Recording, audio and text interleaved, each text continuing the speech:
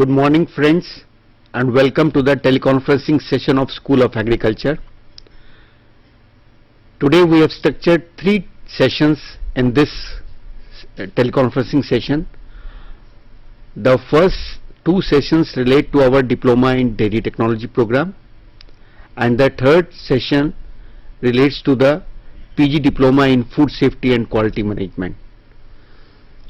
For Diploma in Dairy Technology, we have taken the course number 2, Dairy Equipment and Utilities, and we will be discussing the 2 components of the course.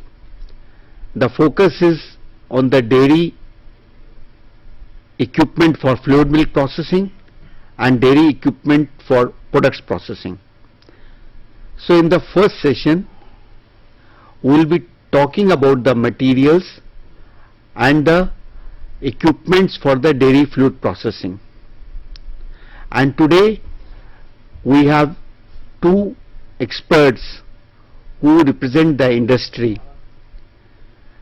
First, Mr. N.K. Gupta, who is the CEO of the PMSS Engineering Services. He has BSc Dairy Technology from National Dairy Research Institute in 1978. He did his MTech in Dairy Engineering 1981. Then he worked in different capacities in the dairy plant, and for last 16 years he is handling the PMSS Engineering Services. This company is involved in manufacture of different type of dairy equipments and have the collaboration with the different international the equipment manufacturers. So he has the field experience and practical exposure to the different things, and he will be sharing about the dairy equipment. We also have a very senior person, Shri D.M. Dravid. He also did his BSc DT from NDRI Karnal in 69. Then he did his MSc in 73, and he has worked in different capacities in NDDB and in the international projects of the NDDB, and the last he retired as the MD for the Uttam Dairy. He is the consultant, and he is also the program coordinator for our program in the Gujarat. And very innovative thing he is doing, he is involving many of the dairy federations to become the study center for our programs. He is also ensuring that the sponsored students are there. So with these 2 experts, those who have a lot of practical experience, we will start with the session. First I will set up the background which is given in our unit, and then the practical exposures will be given by my colleagues, by invited experts. We know dairy equipment and the maintenance is the first unit. In this we have the unit materials and their characteristics, and then the dairy equipment for fluid milk processing. In materials and their characteristics, we know we will be covering types of materials, properties of materials, choice of materials, selection of utilities. These are the broad things which we have to cover. Now the first thing is a selection of the equipment, because once you receive the milk as an entrepreneur or anyone, you have to hold the milk either at small level or at a big level, at household level. Whenever you take the milk, for any processing you need a container. Now what should be the characteristics of this? There are certain special characteristics. The first thing is material should not react with the food. Then it should not be non-corrosive. It should be safe under a hot and humid environment. It should be able to handle chemicals during washing and should have enough protection against any damage. These are the characteristics when we need for any equipment. Then important thing is sanitary features. What are the sanitary features is that it should be easily cleanable, in assembled position as well as in disassembled position. We should be able to remove their parts, dismantle it, and then fix it properly. And when assembling, we have to see that the threads and everything should not be exposed to the products, because there are the problems. The product can stick to there, and if the washing is not there, this can be a good source of the contamination should be there.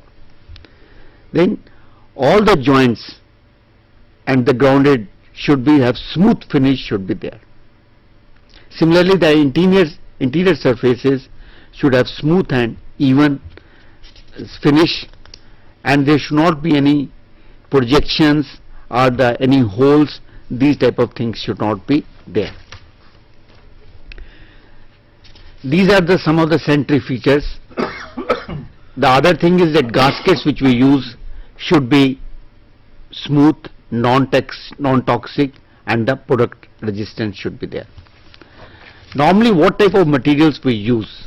At the village level, we use the earthenware, or they are zinc plated, like galvanized iron, are made of brass or copper. Modern dairy utensils, they are made of tinned iron, aluminum alloys, or stainless steel. Nowadays, we are using more of the stainless steel. In all the dairy plants, if you see, the equipments are made of stainless steel, and we refer normally it as a 18:8 stainless steel. What does this mean is that this contains 18% chromium and 8% nickel is there. But this stainless steel is, there are different type of grades which are used in the dairy plants, and they have different finish also. But the first question will be, what is stainless steel? Stainless steel is an iron alloy with carbon between 0.5 to 2%. The carbon improves the strength of this, and as we mentioned, normally we use 18:8 stainless steel.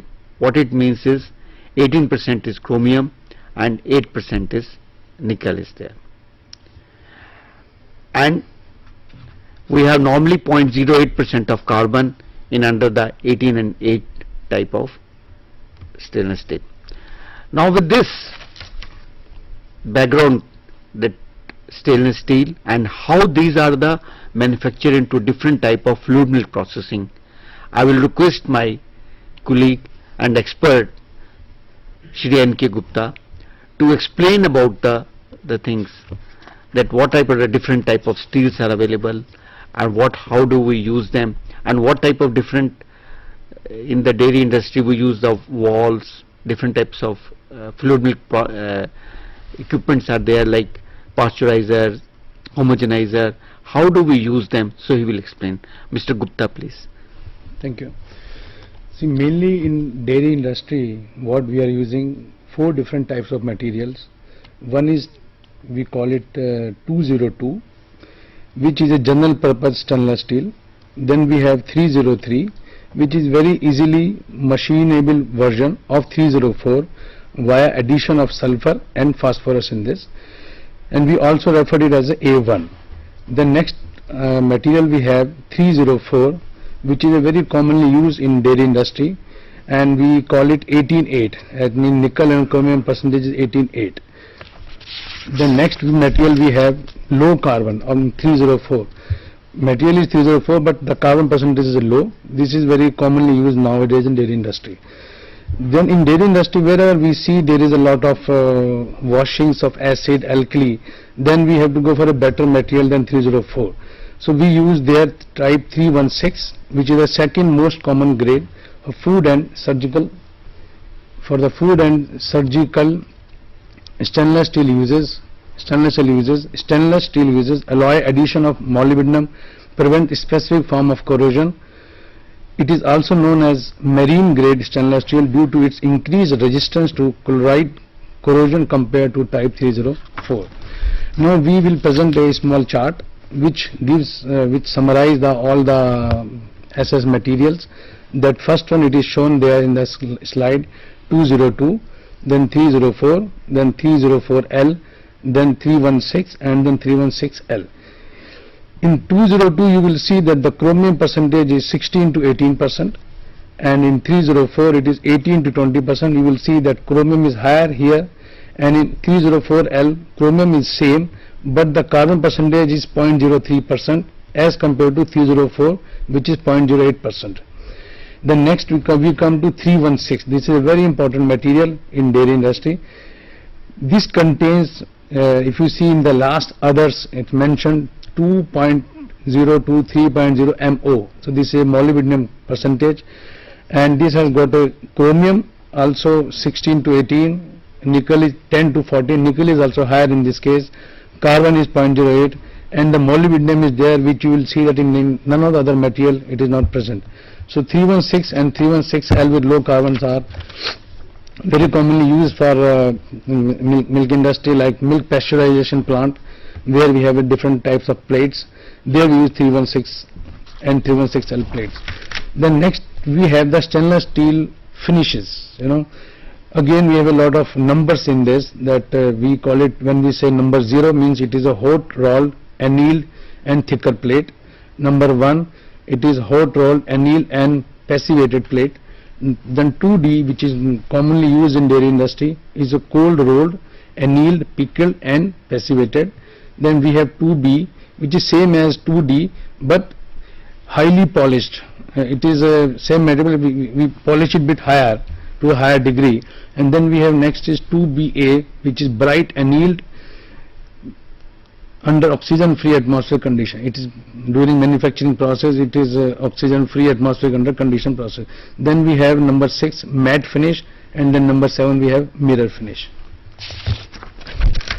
Then we again go for a selection criteria of the material for equipments. Then first is the easy of fabrication, machinability and weldability. That the material what we select should be easily machinable and should be easily weldable. Then it should be easily available in the market. Then the cost factor, and then other things like specific weight of the material, conductivity, heat expansion, resistance to corrosion, brittleness and hardness should be considered. Then we have the next item for this properties of material, that should be non-toxic, non-flavor, imparting and should not affect the keeping quality of the product, because the milk product is always stored in some tank, so it should not give any flavor to the product. Insoluble in the product and non-absorbent quality, resistant to corrosion and easy to clean and tractor. Then other than stainless steel, we are very commonly use other materials like aluminium, which is a chemically stable material, lightweight, corroded by alkaline detergent. Then we have glass, we use in the laboratory purposes. Then we have rubber for gaskets purposes, and then we have plastic for clamping and other applications. Then in this all equipment selection, one of the very important thing is the corrosion. Corrosion is electrochemical decaying takes place, depends upon the type and composition of the material, presence of moisture or water, temperature of surroundings and chemical nature of the product. Like we have in milk pasteurization plant or any dairy equipment, the product is being holded for a long time, so we don't want that any decaying should take place of that product because of the material. So corrosion is an important factor. Then next comes to the then we will cover up the prevention. We go to prevention, protective coatings on metal equipment, electroplating, metal spray coating or cladding, covering with a soft metal like thin aluminum. Then by selecting non-corrosive metals, by engineering design of component like no deep corners, avoid undilution or pits, self-draining slopes, control of process environment, and we should adopt a good manufacturing practice, keep surface dry. This what we are talking here of the protective coatings on a metal equipments.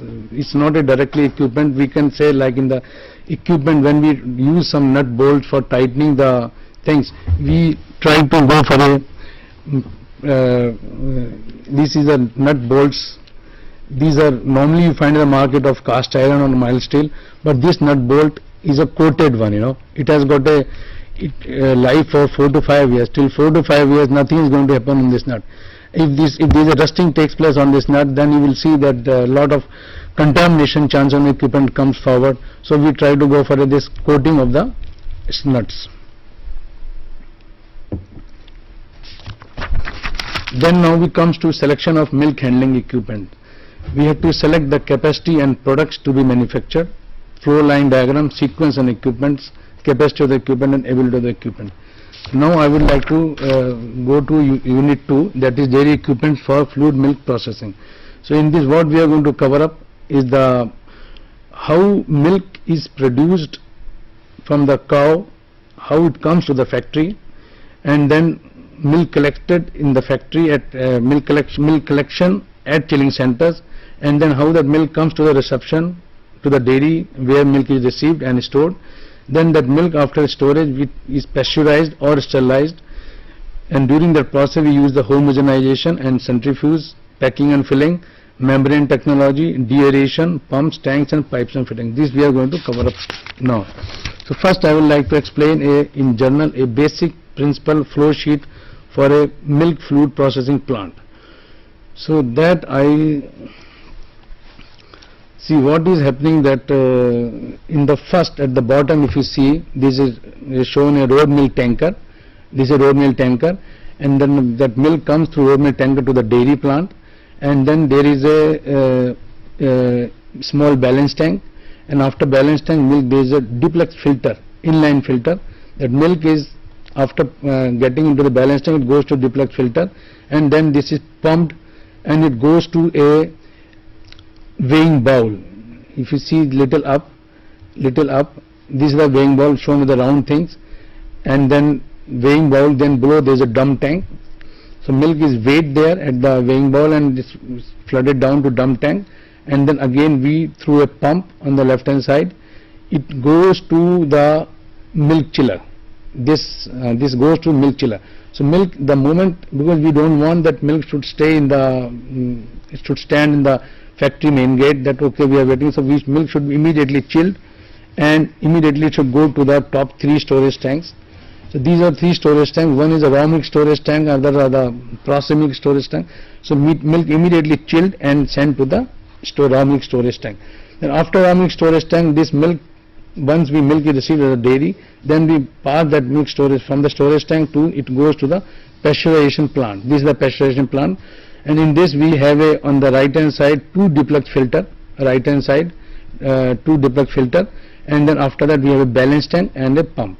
So what happens from the milk storage tank, we get milk through this pump via to pasteurization plant, which is in a 4-section plant, and then in this first milk goes to the regeneration section 1, then it goes to the cream separator, which on the left hand side 2 separators are shown, and after separator this goes to the second regeneration, and then it comes out to the for homogenization if required, and then it heated up and then goes to holding coil, and then it goes back to the milk storage tank at the top. So there are 3 tanks at the top. One is raw milk storage tank, second is a pasteurized milk storage tank, and third is a standardizing tank, whatever depends on the product what we are going to manufacture. Then what happens that once milk is pasteurized after cream separation, it goes to storage tank. Then what happens, this cream is going again through a balance tank to a milk cream storage tank, which is at top, this one, and then this cream is being pumped to the butter churn. Butter churn is shown there, and after butter churn it being shifted to butter trolley, and then this butter trolley, this goes to butter melting vat, next one, and then this goes to ghee boiler, and then from the ghee boiler, then it through pump it goes to ghee settling tank, and then finished ghee storage tank, and then it filled up in the, depends upon the requirement of the market, that you want to fill in the pouch or in the tins or the big tins or small tins. So this is the line for the from the cream to butter, butter to ghee, and then packing. And now we come to the liquid milk packing. In this liquid milk packing, the what milk we have standardized in number 2 tank, that goes to milk pouching machine, which is shown on the milk pouching machine. Here milk is being packed in pouches, or we can send it to the directly can filling. You know, if you see on the right side, last one, this is the can filling. So because some places they need them milk in bulk, canteens or hospitals or institutes. So we do the milk packing in a pouch filling and can filling, and then we have a Tetra Pak and other local methods of supplying the milk. So this is the basic flow sheet for the milk processing, right? So next we go to, now let us come back to that primary production of milk. We go for the simple method. The dairy equipment is being used for hand milking. So we show by picture. This picture is top pe nahi aa raha hai, but anyway, so the hand milk. Let us go to next slide. So if you see at the top, we get the milk collected in a small container. That milk, and that milk is being brought to the tank at the top, which is showing direct expander tank used for cooling and storage of milk. If we see that milk is in a larger area, where people want to we have a lot of milk, then we use the figure 1B. If you see, we use the machine milking, that is shown with the cow, and then there is a machine milking taking place, and on the center there is a farm milk cooling tank, and under vacuum system that milk is pumped out from and it's stored in the farm milk cooling tank. But in some big dairy plant where we have a large farms, we have to go for a milk chilling system. If you see in the bottom one, you see there is a chiller. This is a chiller here. This is a chiller showing here. So we don't want to wait for a long, because the raw milk contains a lot of bacteria. So our objective is to immediately chill it and do it as fast as possible. So we use for a large farm with heat exchanger for rapid chilling. So this is the method of cooling the milk at the farm level. Then now once after milk is being collected from the farm level, it comes to the dairy. So after coming to dairy, we will show at the top on the left hand side, you will see an insulating cover protects the milk from the heat and cool. The cans what we get from the farm are being covered with some kind of a protective layers, so that the temperature, maybe the ambient temperature is high, so we use that cover. Then farmers delivers uncooled milk into churns to centrally placed cooling station. Then we have either it comes through this trolley or it comes to the truck that comes to the dairy, and then you will see that on the middle there is a picture showing weighing and recording of milk. So this is a can scrubber. All the cans what comes to dairy are being cleaned, and it can be done by manual or it can be done by using a can scrubber, automatic can scrubber. Then next we have bulk collection. We can either get the milk we can get the milk in the dairy either by through cans or through raw milk tankers, which is shown on the left hand side, and then we can directly put in the forms, and we can weight in the computer way, and we can we can check the quantity of milk, how milk is contained. Now we come to the dump tank.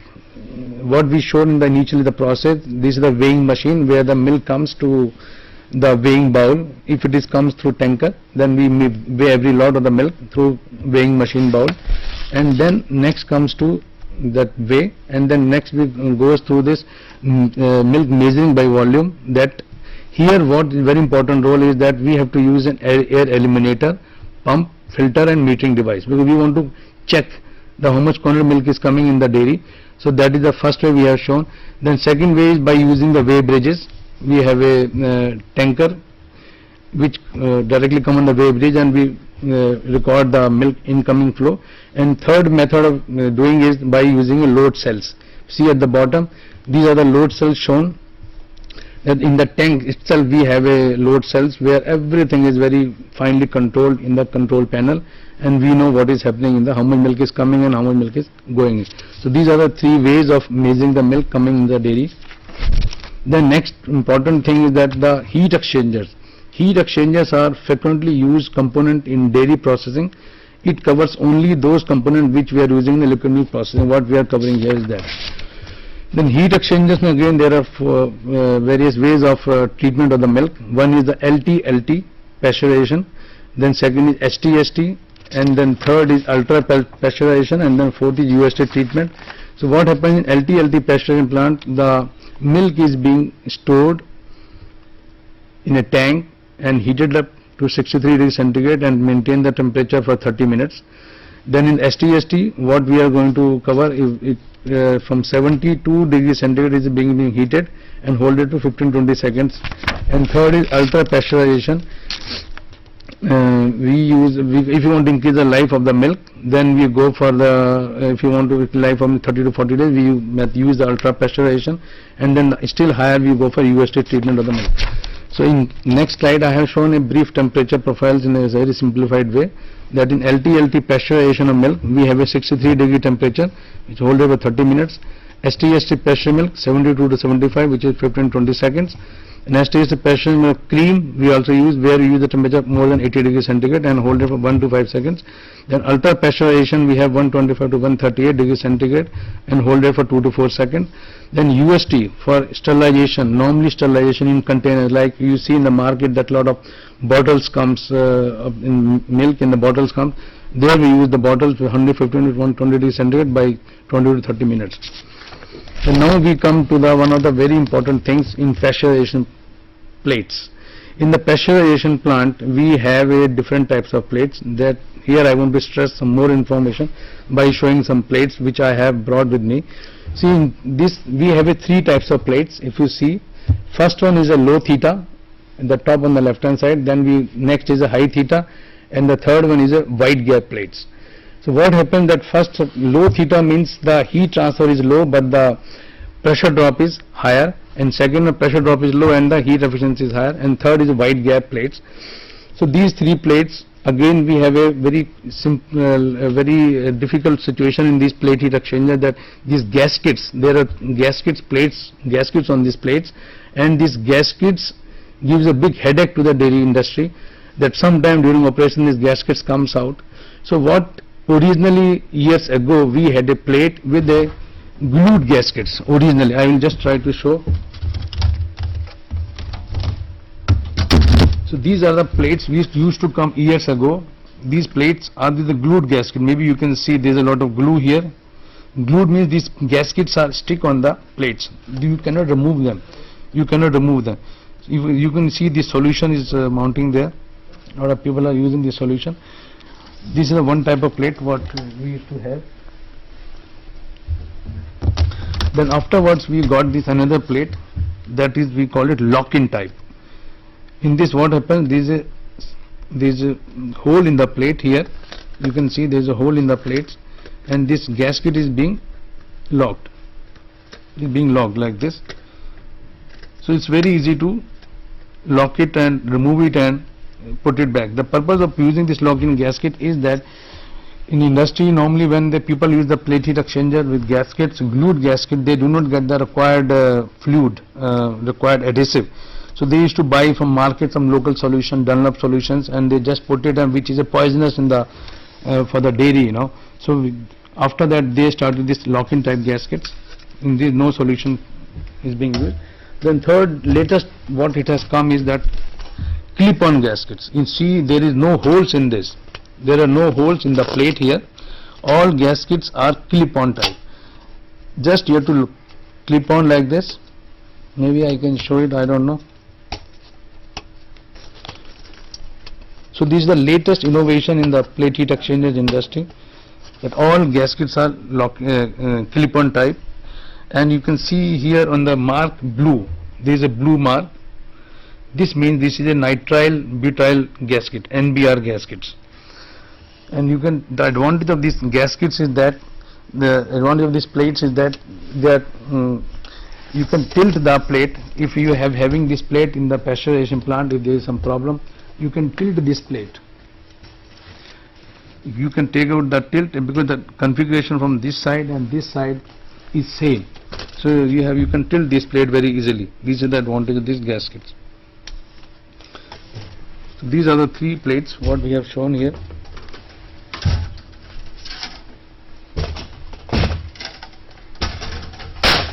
I think we will explain very well that from the first generation how the new generation of the plates are coming from the glued to the now to the clip-on type of plate. This is a very important thing in the dairy industry, not in dairy, in every industry wherever we are using plate heat exchangers.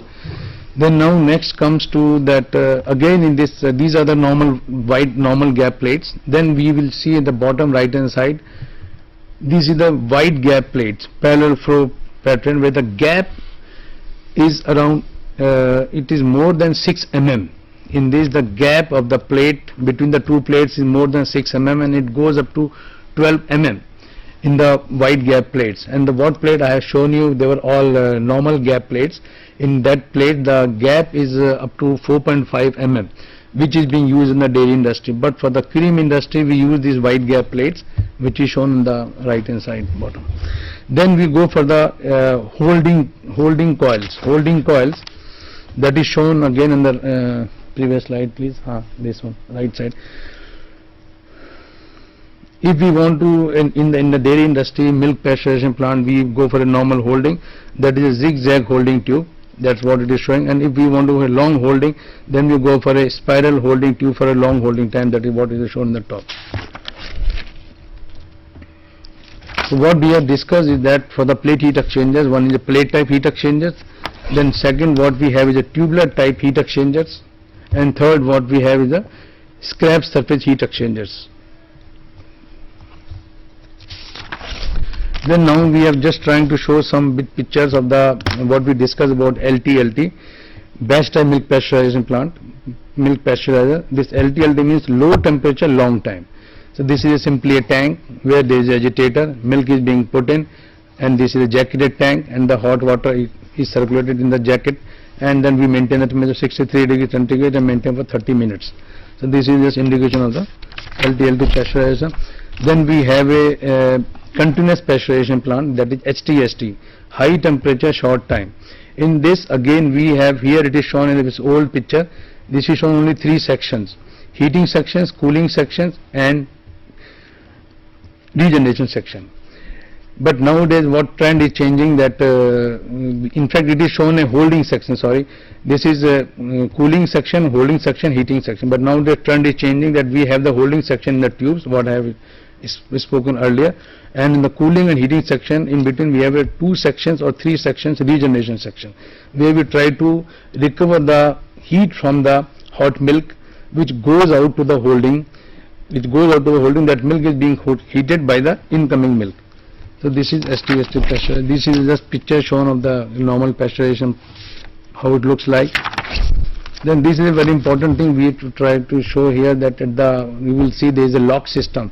What happens in the dairy industry, when you open a pasteurization plant, it takes hours and hours to open up. So it is very important to provide a lock in the frame on one side, so that if the operator or the maintenance people have to open the nut bolts on the one side only, and they save time to maintenance purposes, Then this is shown a pressure test, in pasteurization plant what we talk, it is being given a high pressure test in the testing station. So we mount the PHE on the platform, and then we see there are different pressure gauges. We check the pressure and make sure that all gaskets and plates are well tightened up. Then now we come to the centrifuges. This is another component of a dairy, in the dairy plant, centrifuges. Centrifugal force, the main purpose of the centrifuge is to centrifugal force to milk. The fat which is lighter comes in the center, and skim milk which is heavy goes toward the periphery, and this contains bowl, milk pan, cream pan, skim milk outlet drive, and conical disc and disc holder, parting disc, etc. So this is what is shown in this picture. At the top you will see there is a milk pan, and then in the milk pan we put the milk in, and then it is rotated at a high RPM through a drive at the bottom, and you will see that cream outlet is from the top and skim milk outlet from the bottom, because cream is lighter, so it comes from the top, and skim milk comes from the bottom side. So this is a hand operated small cream separator, and then it is again, there are 2 types of flow streams for the separator.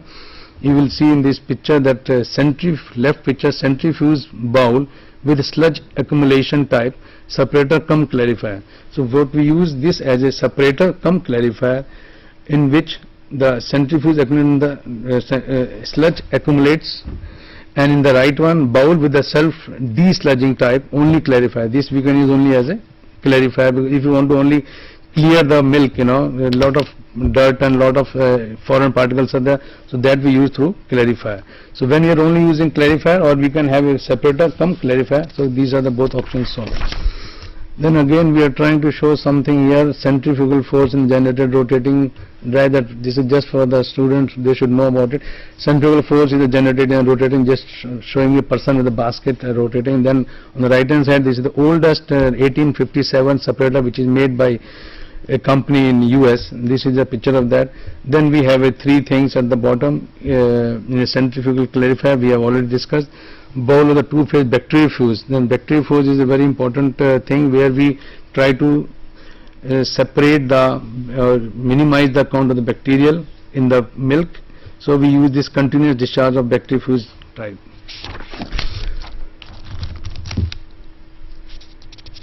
Then bacteriophage, maybe people are aware that is a process in which specially designed centrifuges called the bacteriophage is used to separate microorganisms from milk.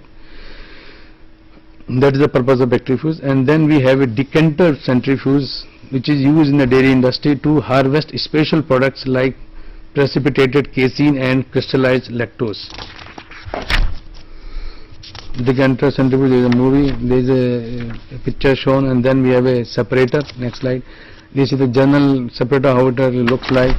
Then we have homogenizers. I think during the time I will just try to do faster. Homogenizer, we have a type of heads, single or double stage homogenizing head, triplex pump, high capacity motor, power transmission mechanism, pressure gauges.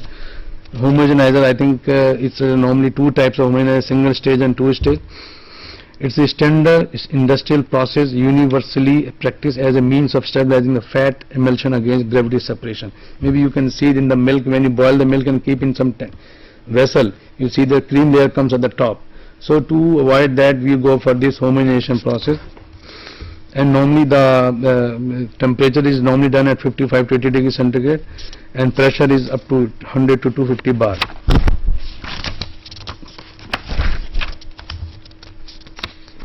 The major advantage of homogenizer is to smaller fat globules leading to no cream line formation, reduced sensitivity to fat oxidation, more full-bodied flavor, better mouthfeel, better stability of the culture milk products. The biggest disadvantage by using this homogenizer is that it cannot be efficiently separated again. Then we have tried to show in the picture of the homogenization process how it is shown, but we are not going for that. And then on the left hand side, if you see first and second movie, the first one is showing the after first stage the milk particles are, milk fat globules are being broken in this side. In second one, if you see that second movie is showing that after second stage the behavior of the particles. And then on the right hand side there is a flow sheet showing the installation of the separator and a homogenizer in the pasteurization plant. This is a general sketch of a homogenizer, what we is shown here. Then we have a very good technology nowadays, the membrane filters, that you use to transfer the milk from one place to the main dairy.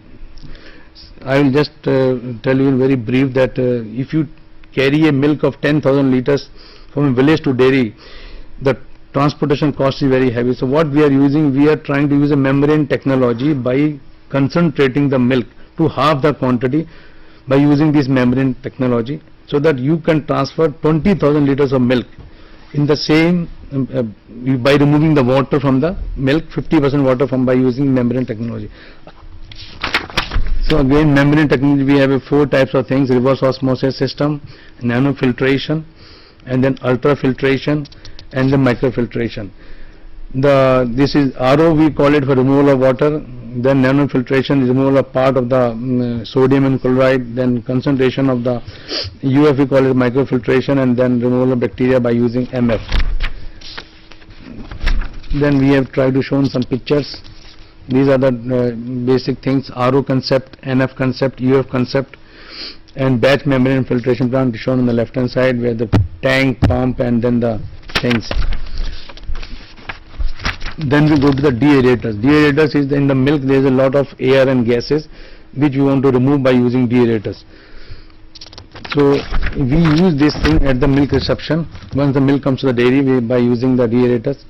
So sometimes we have in the tanker on the back side there is a deaeration device, or we put in the dairy at the reception center, that is by using deaerators. Or during the process we have in the pasteurization process we have a deaerator which is installed after the second regeneration, where unwanted gases and air is eliminated. Then we go to packing and filling, in which we have a packing filling. I have explained earlier that can filling, bottle filling by gravity or by vacuum, then pouch filling, then bulk vending like Mother Dairy Delhi we have very commonly used, then Tetra Pak, latest trend which we have seen in the market. Then we go to pumps, Pumps is again we have a main for this thing, one shaft seal. Seal is a very important thing, which is single mechanical or flushed material for shaft seal. Pumps again, as generalized shown here. We have three types of pumps. One is a centrifugal pumps, and then we have a liquid ring pumps, and third one you have positive displacement pumps. So what we have tried to discuss here, that throttling is a very important problem in the dairy industry for the pumps, and that I would like to brief it here. In this picture we have shown a centrifugal pump at the top. On the right hand side you will see an impeller. See the direction, rotation at the top, it should be reverse.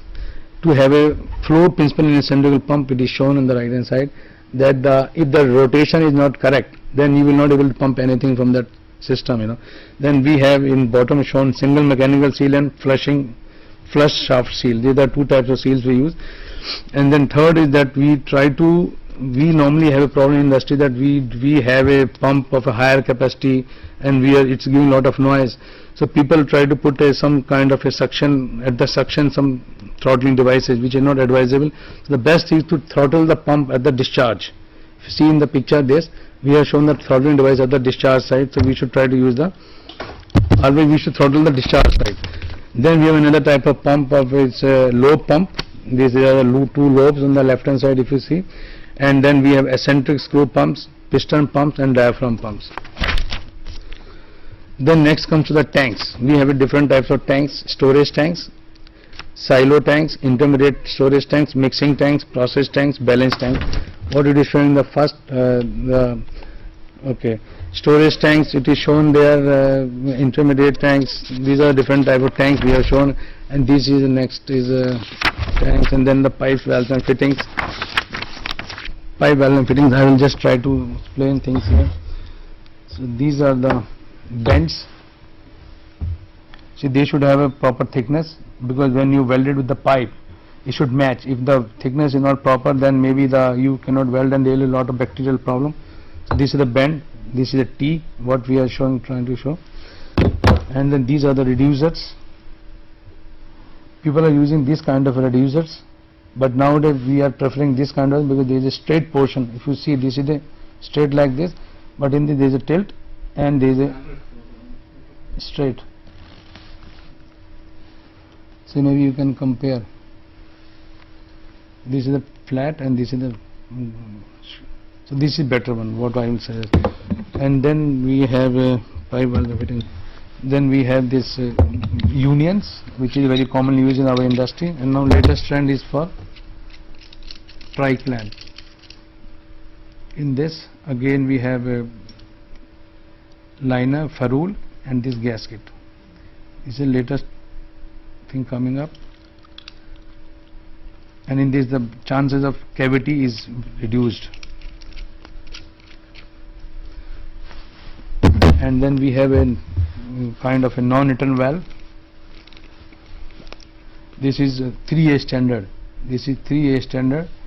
That means you can open up totally and then you can clean it, and you can no chance of bacterial contamination in this. Then we have this clamps for holding the pipes. Like this is the pipe and this is the clamp. So this is smaller size, so we can hold it. And then these are the side glasses which we try to install in the pipeline. We can check the milk is going or not. And then these are the sampling devices for taking samples from the tanks and all that. This is the spray ball, what we have shown, try to milk spray bowl.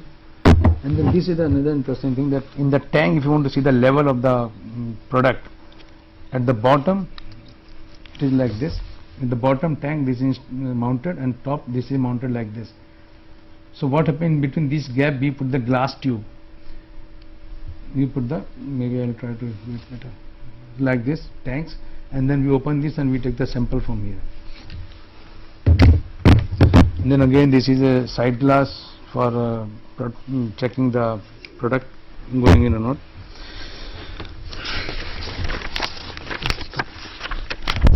So friends, we will stop at this moment, and in next session we will continue with this, and we will talk about the products also, and then we will have the observations of Mr. Dravid also on this.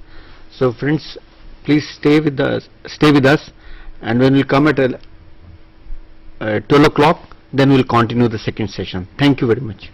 Thank you.